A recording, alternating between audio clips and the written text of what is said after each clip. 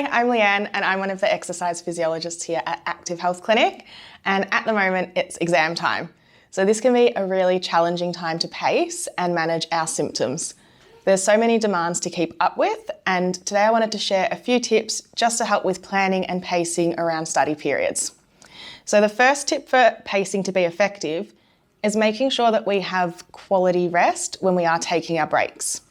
So this means switching off cognitively and ensuring that our rest is mindless or mindful activity.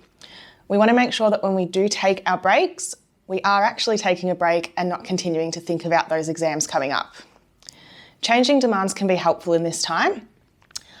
When we're studying, we're often sitting down and spending a lot of time concentrating and looking at screens or papers. So when taking a break, I like to try and change the environment. Get a little bit of movement in can be quite good, or changing our postures.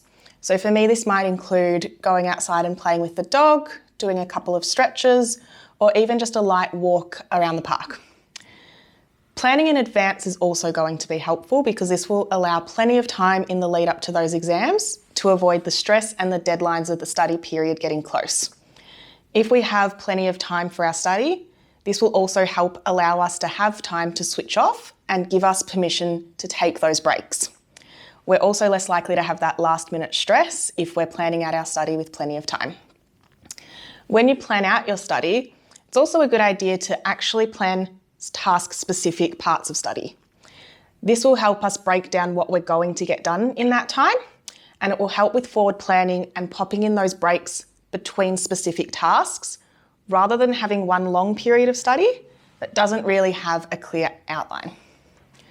Also remember in this time to be kind to yourself in this time, and add lots of comforts and sims.